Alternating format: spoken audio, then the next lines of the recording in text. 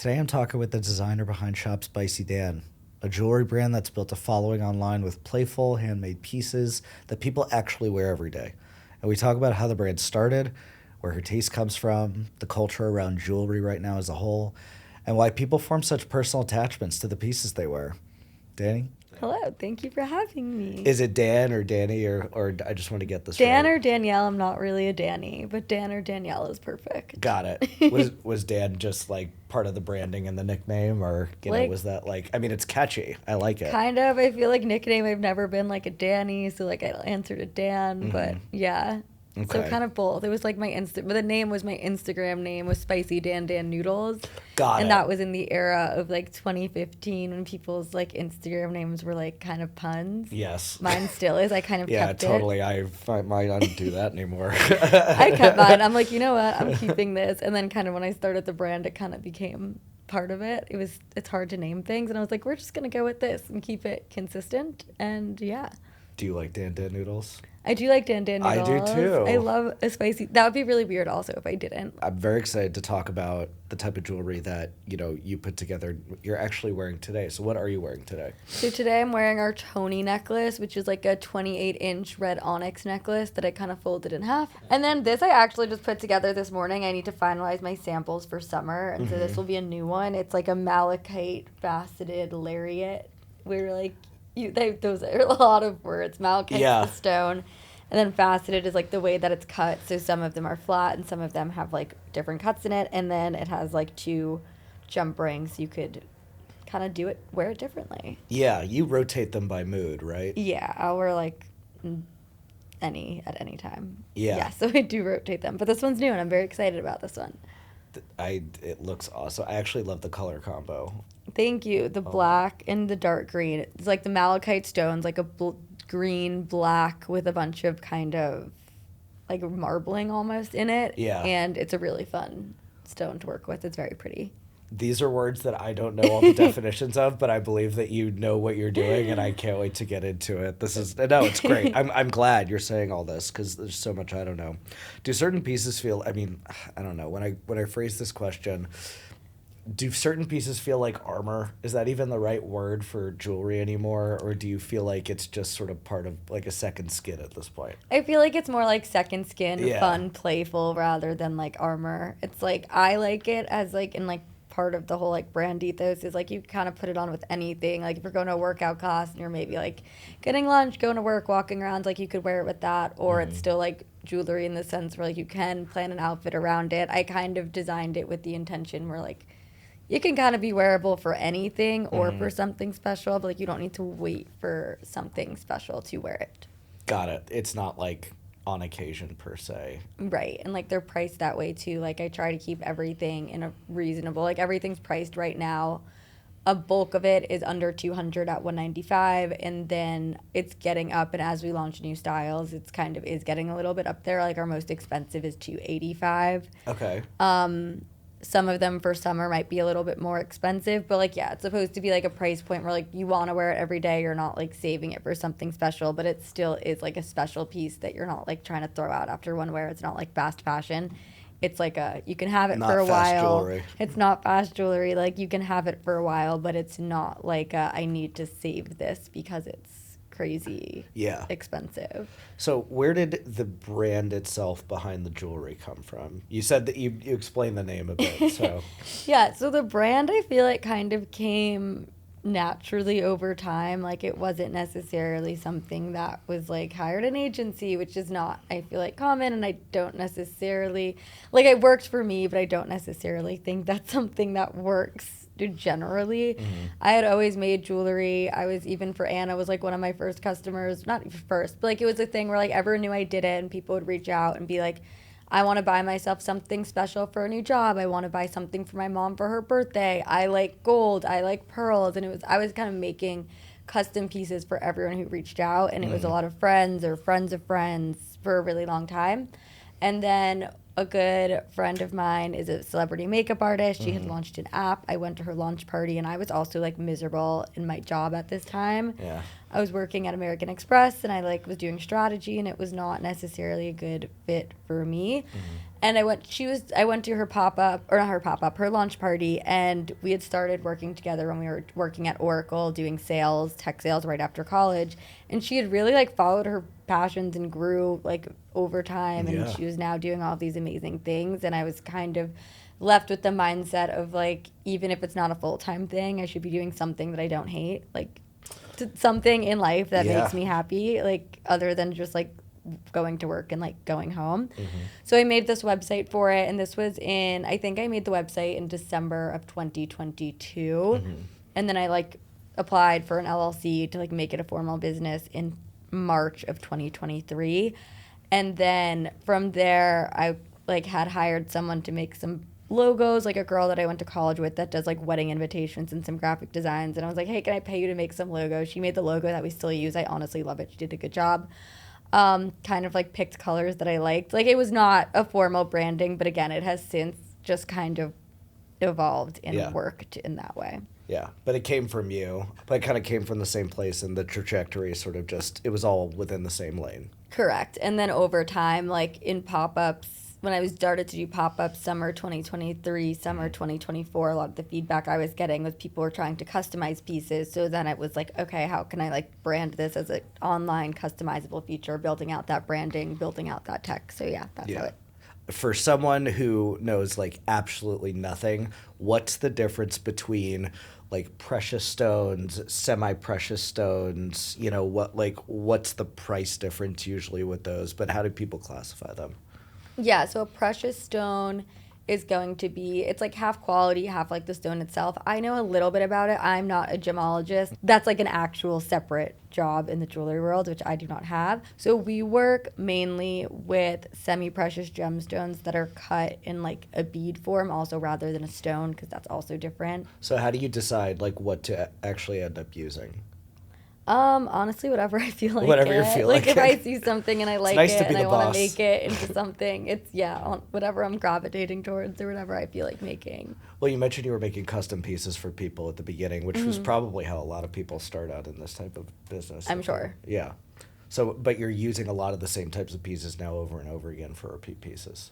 Yeah, in the beginning it was a lot of vintage sourcing, a lot of like finding different vintage chains or charms, finding a few gemstones if someone wanted a charm or a bead. But now it's really a lot more of the bead work. And then we're actually launching chains next month, which I'm excited about.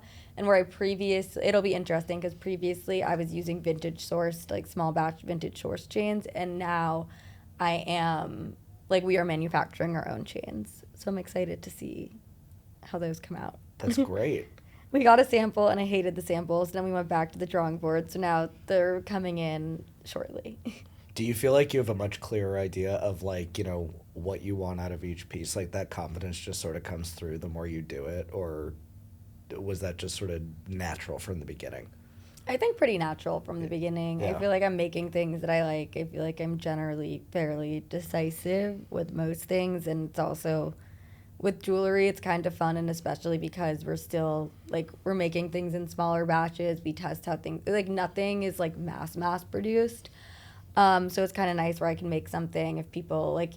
I've had a few things, for example, where I've used like stones, like opals that are too fragile, and then I see them break, and I get customer complaints. And it's like, okay, like let's just stop this now. We'll try something new. So, how long does it take to make like pieces now? I mean, is there like sort of a range?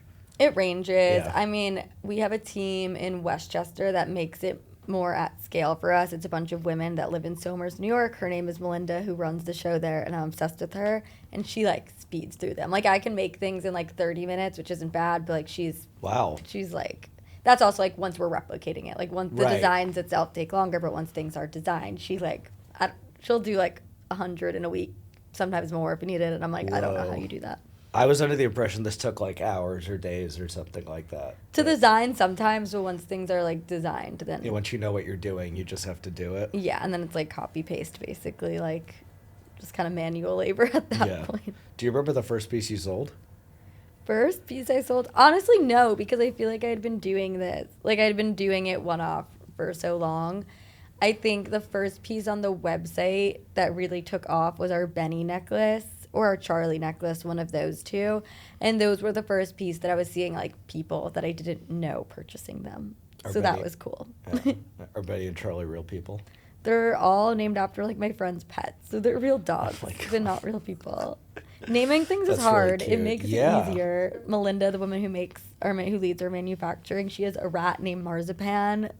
So that's where her marzipan necklace came from. She's like a pet rat, like a real one. Oh, okay. So she's a pet rat named Marzipan, and I was like, "Do you have any pets?" She was like, "Yeah, I have a rat named Marzipan." I was like, "Great, we're gonna make a necklace after your rat." Yeah, no big deal. Just a pet name, just a rat named Marzipan. Is there any piece that like surprised you that became popular of your yes. Every piece that's like my least favorite piece that I design in every like collection is the one that sells the best. So I think I just have bad. I don't know. I really wonder that. I feel like the piece that I love the most of each collection is the one that does not sell the best, and the piece that I'm like, it's fine. We have it. Let's just put it out there is the one that always does well. Okay. So yes. But do you feel like there are certain types of stones or pieces that obviously are more seasonal than other, like tennis bracelets in the summer or something like that, or in warmer weather maybe? Yeah, for sure. I think obviously like the bright colors do better in summer. I do think for ours it's kind of across the board. Like we have one called our Maui, which is like a bright pink opal with a light blue carabiner clasp, and no one bought them for like months and months. And then I was even posting and like sending emails about it over the holidays. Don't think we sold one between like October and end of December. And then January it was our best-selling piece. February it was our best-selling piece. Like it's been flying, and I'm like, I don't understand. So sometimes I feel like yes, and sometimes I have no idea why. But it's good insights for you. No, like, definitely. Along the way. Like maybe people just wanted some brightness because it's a bright color. It's fun. It's been cold. Like no idea, but I'm happy because I like that one a lot. I don't blame people for wanting brightness. I have to say. I agree. I was thinking about jewelry the other day because I don't wear a ton. I've worn rings here and there, but what I remember is that jewelry like feels different from fashion because a lot of people, I'm not saying you specifically, but I think a lot of people wear the same pieces every day. Yes. So I'm curious about your take on it because obviously you know how to accessorize. I'm not sure if this is like your pure uniform or this is what you just felt like wearing, but I think there is a lot of jewelry that makes people feel like less naked because it feels like something secure. It feels like a part of them. It's part of the outfit, but you're going to see it almost every time as like a defining characteristic of their look. Yeah, definitely. I think it's two things. I think to your point, people have like, and I myself, like I wear my rings every day. I have like my gold, like I have pieces that I wear every day, and then I obviously have like swap around my pieces every day. I think a lot of people feel that same way where they have a uniform where they have certain pieces that they'll wear every day or near every day. And then I think also it's a really approachable and more inclusive almost way for people to play around with their fashion because you don't have sizes. You're not like, oh, I feel ugly, I feel bloated. Like you don't have that with jewelry. So I think there's such a more welcoming like barrier to entry for people to experiment with jewelry because it's gonna fit everyone or like you're gonna find a piece that fits you. It's gonna make you feel good. It's not at any point not gonna feel like suffocating in any way. So I feel like people have different jewelry for different reasons, and I do really appreciate that. Well, do you think there are rules to wearing jewelry in a specific way? Like, in fashion, they're like, oh, no, wait after Labor Day. Although, I don't even know if that really exists anymore. That. Is that bullshit? It's like a boomer rule? I think so, too. Whatever. Yeah, and we're not that.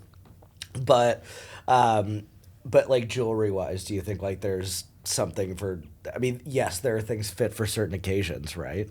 Yeah, I don't think there's really any rules in jewelry. It's just so personal, like people's personal style, which makes it fun. Like my pieces are obviously very bold, very like chunky, very eye-catching. And for some people, I think if you're a more understated person, they gravitate towards it as like that one thing. Like I'm so minimalist and this is one thing is going to dress up my outfit. Whereas like for someone like me and for a lot of also my customers, different kind of customer where it's like I like to throw on a lot of things and it's like, oh, this is something I can add to my stack. So I feel like you really get both and like no rules. different people like gravitate towards different styles of wearing it, but it's all the same pieces, which is fun. Well, let me ask you another question. Mm-hmm. What would you never do? What's like a big like, you know, no for you with as far as like styling or jewelry? Like what's something where you're just like, nah, not for me ever? I don't think I really have like a never. Like- I personally don't love like a logo kind of moments. Like I feel like Yeah. that's definitely a trend that some people like. That's just like not my personal style. Yeah. But I feel like as far as just like everyday like general pieces, like I don't really have like an absolutely no. Okay. Mm-hmm. I mean, it's to be fair, I'm the same way in fashion as well. Like I'm not big on big logos and stuff, and that's just like I would feel like a bit of an imposter, and it Yeah. wouldn't really feel like me. Yeah, like I do see some designers that are doing really fun things with like vintage repurposing of like Chanel charms or like little Gucci charms, and like Like some an people do it well. It's just aspirational not type of- necessarily Yeah. my personal style. Yeah. But like I have friends that wear it. And I'm like, oh, that looks so cute on you. Like I love that. Yeah. So that's for me with your brand. It feels like people choose it based on like. Well, I'll ask you another question. I think that when people are choosing fashion or jewelry, putting a whole look together in general, part of it is thinking about who they are. The other part is thinking about who they want to become.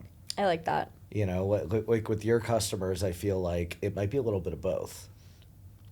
I think it's a little bit of both. I think Yeah. a lot of people like it and think this is not something I would typically gravitate towards, but I like this, so let me figure out how I can wear this, which I really like.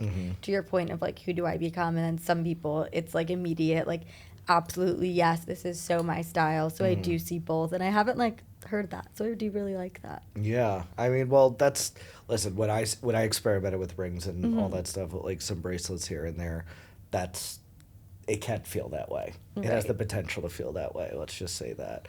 And I have gone through the ritual of like feeling naked if I don't have like those rings I wore like every single day to work, and then I'd be off and people like, "Did you miss that call?" I'm like, "Sorry, I forgot my ring. Sorry, I forgot my rings today. I really I had to go apologize." home. This is why I can't like do well in corporate culture anymore. Like I'm just like over it now. Obviously, you believe in like the power of jewelry, like setting a tone for you, kind of making your day, setting your mood, almost like a horoscope. I touched on this before, but you do not believe in the power of crystals as stones. Yeah, like I love learning about more of those things, but they're not things that I feel like I'm innately super interested in, but Yeah. I feel like I'm generally like a curious person. Yeah, like a rose quartz tends to be like obviously like a more love stone. To be honest with you, I don't even know what my birthstone is. Like I'm a Gemini. I will look this up right now. Like I don't even know what. Birthstone's different than horoscope. So horoscope is like your time and date, and then birthstone's just like your month. So like I'm born in September, so my birthstone's sapphire. And I really like a sapphire, so I actually have Sapphire's like 2 pretty. sapphire rings. Like I have a decent amount. So I think birthstones are fun. It's just like a stone that you could kind of gravitate towards. Like my mom got me the sapphire ring like when I was born, and I wear it obviously now, not when I was an infant. But it's Yeah. like things like that. So No, I do maybe feel you like, did. I don't know. Could have started at a very young age. So I do feel like birthstones can kind of have like a fun meaning to people, which I like. I've just looked mine up. Mine What is is yours? It's pearl. Oh, fun. Pearl and agate. Am I saying this right? Agate? Agate. Agate.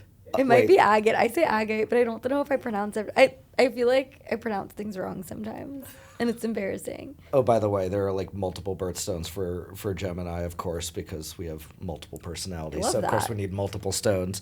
Let's see. Citrine for positivity. Citrine is pretty. It's like a nice yellow, like a bright yellow stone. Oh, okay. I don't know if I want to read the rest of these, then I feel like I might just go down from there. Alexandrite I don't know what that is. and moonstone for I like- emotional balance. I like moonstones. We use one of our like most popular pieces is like a rainbow moonstone, and it's very pretty and fun and iridescent. To be honest with you, I don't know what a moonstone is. It's like a sparkly, muted, a little. It has iridescence. It's almost pearly, but they have a million different colors. They're very pretty. Do you think there's a routine? Do you think there's something people do with like these stones that mean a lot to people, or they're just putting it on and they're just kind of adapting it and that's sort of what it is? There's no like more deeper meaning to it. I think it's so personal. It's so dependent from person to person. Like some of my pieces have more meaning to me, and some I'm like, this is super pretty. It just depends on the piece. It depends on the day, and I think it's no different for the people that wear it. Like, if something's a gift, it's always more meaningful for me, and I feel like that's the same for most people. If someone's giving you something as a gift, it doesn't matter what it is. Like, if someone's giving me something, I'm like, this is the coolest thing ever. This is so meaningful. Yeah. So I think it just depends on the piece. It depends on the person. It depends on the context. Like, if I discover it something new at a store and I feel like I discovered it, I'd imagine it's the same with for my pieces, because we're not super big, like, which is really fun. Where I feel like when people are discovering us, they get so excited. They get so excited to share, like, tell us how they found us, and I love that. So I think it depends. Just, it's really personal. If you go shopping for jewelry, I mean, do you still shop Yeah, for jewelry at this 100%. point? Yeah. 100%. I love still shopping for different jewelry and wearing different things. Which brands, like, at the highest caliber, if we're talking about, like, you know, a Chopard or, like, you know, a Cartier or anything, like, who do you think is doing, like, the most right now in that echelon of jewelry making? Because I'm going to be honest, I don't really follow, like, that. I feel like that kind of, like, name brand, I don't follow that closely. I do really like the new stretchy Cartier version of a love bracelet. I think it's super fun. oh, they make it stretchy now. Yeah, it's now like that's not the right word. I don't know what the right word is, but I did see that and I thought that was super fun. I'm trying to think. I love, like, Jade Russo has really fun pieces, like Jackie Aish, which is very, like, more boho, lots of really chunky stones with really cool, like, she does really cool hand chains and different rings and necklaces. I love her stuff. I'm trying to think who else that I've been really liking. I like Adina Ryder. Like, I have one of her charms that I put on my necklace, like, on one of my necklaces. She has a lot of, like, very chunky, almost like Art Deco in style, like letters, numbers, things that are meaningful to people, which are always fun and puts an interesting twist on it. Yeah, I feel like I don't see so much follow, like, No, the that's high, great, but I like because following those designers but a lot lot. of these brands I don't know very much about. I think, like, but if this is more within, like, your style and your price and your range and all that, like, I'm not open even- to learning more about that as well. These are also not even in my style or price range. Oh, These okay. are just, like, they're, like, more just artisan jewelry designers that are doing fine jewelry, but things that I personally find really fun. No, but that's awesome. You can find inspiration from anywhere. Yeah. If you're obviously a woman in jewelry, I mean, do you feel like the industry was sort of dominated by, you know, men before, or do you find like there was a lot of camaraderie, you know, when you kind of entered, or that people were, you know, it was tough to sort of carve out your own space when you were starting out? I don't think I'm the best person to answer that question, just because I don't want to say stumbled into it, because I obviously, like, built Some this people do. thing, but, like, I didn't come from a traditional jewelry background. Yeah. Like, I more was in tech doing this almost as, like, a hobbyist, and then it really grew. I will say that I have not had a bad experience with anyone in the jewelry industry so far. I do attribute a lot of that to, I have like a really good friend whose family is a big deal in, like, fine jewelry. That's Elong 23, like, that store. My friend Elisa, her parents had started it. She's now runs it. She has another store called Wilds, like, on Bond Street, and one in Dallas as well. And so she's really, I feel like, given me a lot of my knowledge of the inner workings of the jewelry industry. But because I had a more untraditional start, and also I had her to kind of guide me, I feel like I haven't had a bad experience, but I also can't really speak to, like, any changes or what's normal, because I have no idea. No, but you can, because your experience is your experience. Yeah. But, you know, I mean, I don't necessarily know if that's the norm, was more what I mean. but that's cool, because you're still an entrepreneur. At the end of the day, you did start this thing. How many people are on your team right now? Who are you working with? We have 2 people full-time. We have a marketing coordinator who helps with everything. She really does a lot, touches a lot, which is really amazing. She does, like, all of our inventory management. She does all of our customer service. So she's really the ones that is talking to the customers kind of day in, day out on our emails.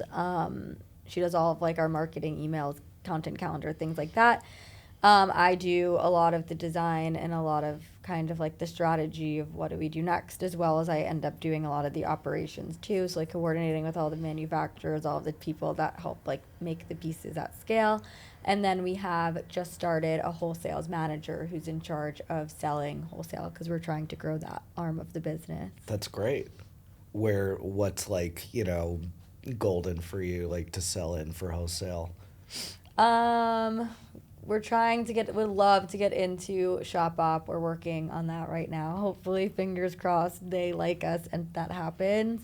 We do really well at a lot of high-end department stores in, I would say, more, I don't want to say like random or smaller markets, but like we do really well at a store in Kansas City. We do really well in Dallas. We do really well at a store in Jackson, Mississippi. Like some of these really nice, really well curated stores in these smaller cities tend to do really well for us, and that's been really fun to see. When you go to these other stores, I mean, I'm not saying like these specifically, but you look at the brands that you're associated next to. Does it make sense, or have you ever have you ever wondered like why the hell is this here? Like why did they even like feature this? Doesn't really make sense. It usually does make sense. We tend to do best at selling with fine jewelry actually, as kind of like a cheaper, affordable, but well-made, well-crafted piece that's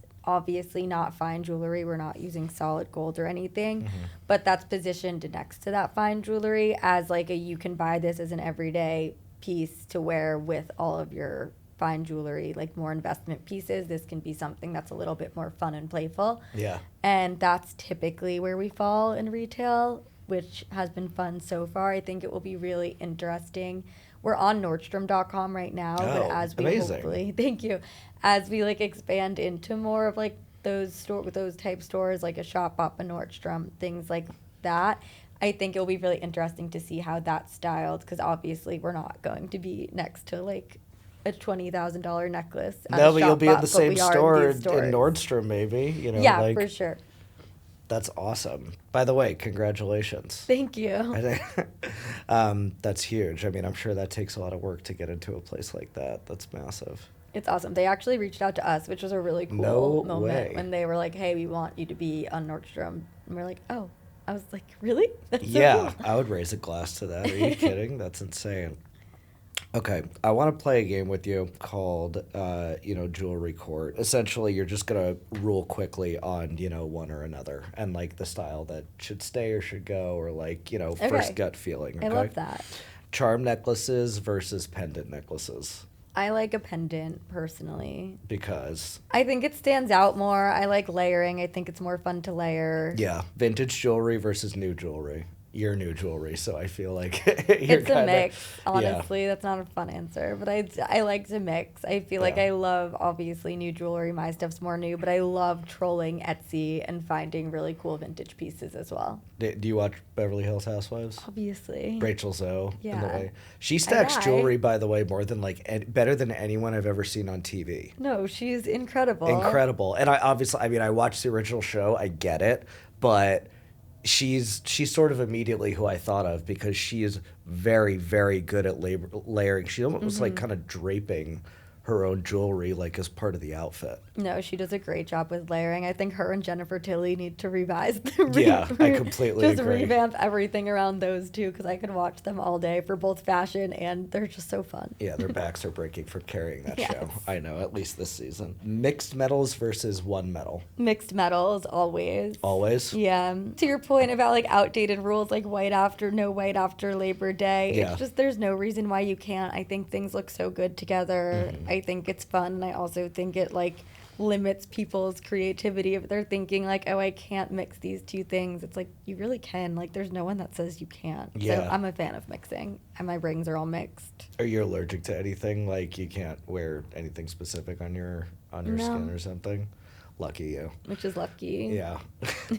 I think I had an allergic reaction from like silver or something like a while ago, but interesting. But I think that's probably because like I wore it everywhere I went, and I just like sweat with it, which is definitely going to trigger something. It could be the silver. It's more likely than not. So the different carats and the different metals, including silver, they're alloy metals that kind of, nothing that you're buying is like 100% pure. So it also could be that you have an allergy to one of the alloy metals that's mixed with the silver. You're saying it's everything we buy is cut with something? Yeah. Like that's like 9 carat, 10 carat, 18 carat, like 24 carat. Like that's all like the more pure, like the higher number you in get. Our jewelry. But most of your jewelry is, I mean, like cut with is a funny way of putting it, but it's not wrong. Like cut with like a brass, a copper, like a silver, like any kind of other alloy metal. So there's no jewelry out there we can actually buy that's purely like what it is? Not really. I don't think so. I mean, I could be wrong, but like gold as a metal is so fragile. Like a lot of these metals, like gold is such a fragile metal that if you bought like 100% pure gold, it would be not wearable. It would just like melt in your hand or something like that. Yeah. Yeah. So something is like injected in there or whatever, mixed in there to like have it hold up. Correct. It's like melted down and like melted with other metals that make it higher quality. What is it? And wearable. What would the other metal be?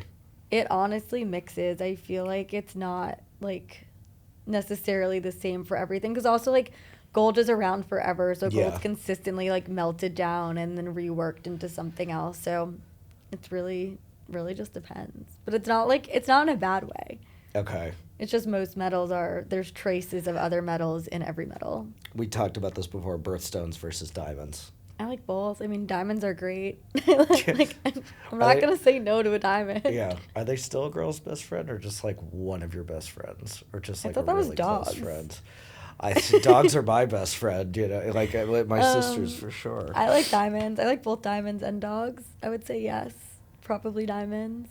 There's like a Housewives Beverly Hills party in there somewhere, like a diamonds and dogs party, like 100%. That would resonate well. Like homeless, not toothless. Yeah. The best scene in reality TV, probably by far. That killed me. And then finally, statement piece versus stacking. I like statement piece. Well, I like both. Stacking with statement pieces. I was going to say, you're stacked right now. Yeah, stacking with statement pieces. Stacking with statement pieces. I feel like statement pieces are sort of like the nucleus of the outfit, and then everything else from there is like window dressing per se. Yeah, I think I have my regular stack, which I'm gonna wear every day, which is like these two gold, more dainty necklaces, and then I'm always stacking other things on top of that. And same with rings, I have my like normal stack, and then I'm always like throwing fun things with it. Yeah, part of it's like muscle memory. Mm-hmm. The rest of it is like, okay, now what's gonna be different about today? Yeah. Because you got like the heart and soul of like your whole outfit and like your necklace or your ring or what have you. Jewelry brands, I think, used to live in boutiques for a while prior to Instagram. You guys are clearly like using social. Mm-hmm. I mean, how has that changed or, you know, really just solidified how you guys are like reaching customers and selling? I think people like to see how things look in real life, how things are worn in real life. People like inspiration. People like also like aspirational, like seeing how you're wearing a bunch of different things, stacking things together.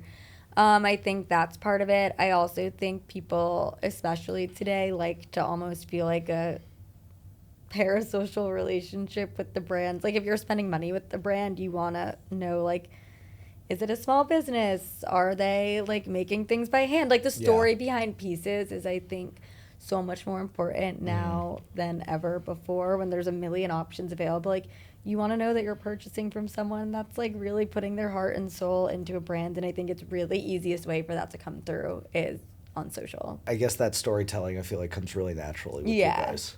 Like, I feel like because it's been such a slow burn over the last few years rather than like a one viral moment, it's been natural of being able to have that storytelling because it's been authentic, because it's been, okay, we've been doing this now for some time. Like, we're in a place that I'm so happy with, but we're not like mass market still to this point. So it's been, we are really able to show and storytell that side of things. Viral can be good or not good though. It's like if you guys ended up on like, you know, Oprah's favorite things or something like that later this year. I'll take it. Yeah. But I more mean like even getting started, like it was over like, it was 2 years probably from when I made a website into where anyone cared. Yeah. And like, I kept doing it and kept moving forward, like even, like, it's been more of a slow burn in that way. Would love to be on, like, an Oprah's favorite things or, like, anything viral. Like, throw it my way. I'm here for viral. But I more mean that hasn't been, like, our start. Hasn't been, like, a viral moment. It's been more doing it over time. Yeah. I mean, it's not necessary, per se. It would be nice, but it's not necessary. Yeah, like, I'll take it. Send all the viral moments my way, please. But, like, because we have that base, it's been fun. I have heard businesses who, like, have ended up, like, you know, on an Oprah's favorite thing or something like that, and it could be the best and worst thing that happens to them, depending on, like, the attention they get, how they're selling, you know, what kind of inventory they're, like, prepared for, all that stuff. Because it's been slow, like, more slow, I feel like we're, like, I don't know, nothing super, super viral has come our way just yet, but I'm, like, I feel confident that we could do it. Yeah, but do you feel pressure to, like, follow trends, per se, or are you kind of, like, you know, setting this yourself really. For the most part? Yeah. I don't think I'm a really, like, big trend person. You don't. I mean, you dress really well and you put yourself together really well, but I feel like you are the kind of person that beats to your own drum. Yeah, like, there are a few trends that I'll see and I'm like, oh, I really like that. I'm gonna buy it because, like, I really like it. But I don't think generally I'm, like, a trend person. Yeah, trend, not trendy. Yeah, you are a trendy person. Thank you. Like, I hate the whole, like, CBK that everyone's talking about, like. Okay, like, can we talk about that for a second? There's so much discourse, so, like, I'm just repeating what I feel like is already out there. But, like, she is so cool. She was cool. She was so cool. She was so, like, her style was so unique. She was such an interesting person. I love that I'm wearing a vintage Calvin Klein jacket as we talk. I think it's Calvin Klein as we're talking about her. But, like, she was so cool. Yeah. And then the CBK style is all of these people just copying and pasting what she wore because it was fairly easy to replicate. It was a lot of basics, headbands, like jeans and a black T-shirt. A lot of black, like basic, like nothing. Smoking cigarettes in the mid-90s with a lot of black on. We're working at, like, Calvin Klein. She was cool. She was cool. But, like, it's not, like, copying her isn't cool. And I think that's where it's, like, she was cool because she was very her. And she was cool, but nothing about her style was innately, like, cool. I don't know. Is there a jewelry trend right now that you actually secretly hate? That's a great question. I can't, like, think of anything offhand. You're not going to make it yourself. No. Like, I'm not going to make something I don't like. So there might be. I just can't put my finger on it right now. So what do people misunderstand about running a jewelry brand the most? That we're not Amazon. Yeah. That, like, one, we're not Amazon. Things take, sometimes a few days to ship, to put together, to get to deliver to you. That, like, if there's an issue in transit, we can't just send you something new. Like, we need to find it and like, we'll make it right. But, like, you gotta be a little bit patient when it comes to jewelry or any small business for that matter. I'd say that's one thing. It's a lot for your marketing coordinator to handle all those back and forth emails. Yeah, we thankfully, like, most people are very nice, but I think that that's a big one. And that's not unique to jewelry. I think that's unique to anyone running a small business in the age of, like, Amazon customer service. You don't start this unless you are actually creative and interested in, like, learning, flexing that muscle, finding new things. I feel like a lot to your point of, like, the world of trends and trends moving fast, it's a lot of people that are trying to capitalize on what's trending and what's cool, and that's not sustainable. Yeah. You have to, like, have your own point of view. And these pieces are incredibly trendy. Like, my pieces are incredibly trendy right now, but that's not to say that, like, I'm always trying, like, we're launching new different kinds of styles and different earrings and different style things for summer and fall. Like, you need to be able to evolve. Don't start it thinking, like, this is my ticket, my easy path to success, because it's a lot of work and it's very expensive and very stressful at times. I'm sure. But what part of that process do you love the most? I honestly love all of it except for, like, doing the finances and customer service. Those are the only two things that I feel like I'm like, oh my God, I hate this more than anything. Yeah. Everything else I kind of love doing. The stuff that brings you back down to earth. Yeah. Customer service is fun when people are nice, but usually people are reaching out because they're unhappy. Has anyone been, like, especially nasty? Like I had someone that like we use natural gemstones, so not like there's all a little bit different. Sometimes there's imperfections. Usually we catch them. Sometimes we don't. If we don't, we're like we'll fix it. Obviously, like we'll make it right. We'll remake it. We'll send you a new one. Whatever. I've had like if a bead is like drilled off center and the piece looks a little wonky. Like I had one person like freak out because they were like, I no longer trust your brand. I no longer like you've given yourself a bad reputation. You're a highly priced item. This piece wasn't perfect. And I was like, let me fix it for you. And the response was like, I don't trust you. You've lost me as a customer. I want a refund immediately. And I was like, oh my God, Well, my that's life is bitchy. over. The best advice I was given about that is like, honestly, to not respond immediately when you get a really bad message like that. Like give it a day or two because Yeah. they're likely not actually mad at you. Something else probably happened and then this happened and that sent them over the edge. But like someone receiving a necklace that had like was broken, had an off, whatever it is, like you didn't ruin their day. Something else did. So like give it them a second to calm down and then respond and make it right. Because if you respond immediately, they're going to be like up for a fight. By the way, I've received the same advice because I used to work in like client success and all Yeah. that like back in the day and in tech and in general it's especially if you're dealing in hospitality when you're serving hungry customers or thirsty customers or if you're dealing in tech with people whose tech doesn't work, you're dealing with the least patient people on the face of the planet. It's usually not you. Like even Yeah. if you messed up, it's not the end. Like you can fix it if someone's that mad. It's because they're having a bad day. No, like they're it's having a hard bad to day. get They out of want- your head with that, but it's true. Right. They want one thing to work. Yeah. And your thing didn't work. Yeah. And you're listening to them because you said, "How can I help you?" And they're about to like completely unload on you just because this one Exactly. thing didn't look off. Yeah. If you could like live in any era of jewelry design, just off the top of your head, your favorite, what do you think it would be? Any era of jewelry design? Is it mid-90s? Is it CBK?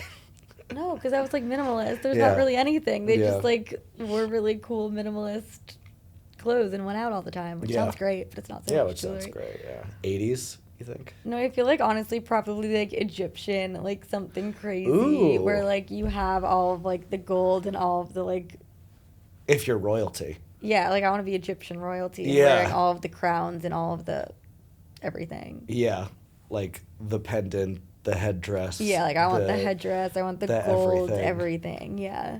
I love that. That's kind of great because then they were buried with them, like when they Yeah, passed away. like they were right? dripping in everything. I'll be Egyptian royalty. That's a better answer than I thought I would have thought. Well, listen, I really appreciate your time and you coming all the way down here to talk. I mean, the only last question I would ask of you is that, when someone puts on one of your pieces, what do you hope that they feel like? I hope that it just makes them feel like fun and that something like brightening their outfit, something brightening their day, something that they're hoping someone will compliment. Like I hope someone compliments them on it and that it's making them like engage other people, feel good inside. Mm-hmm. I feel like any of that. So this is my little ritual at the end where I like, to toast us because the whole reason I put this whole thing together is because I think we have a lot to toast to about ourselves and we don't pat ourselves on the back enough. So I love that. thank you. Well, before we cheers, what do you want to toast to? We can toast to it being nice out in New York, finally. Finally. And also, I'm now inspired, or not inspired, I have to do it anyway, finalizing our summer collection to get that out there. So both it's aligning. Like the Awesome. weather, that, timing, perfect. Awesome. Please, Cheers. cheers. And please go check out Shop Spicy Dan. Her stuff is so much fun. It's so cool. And get it for every season. Yes, thank you.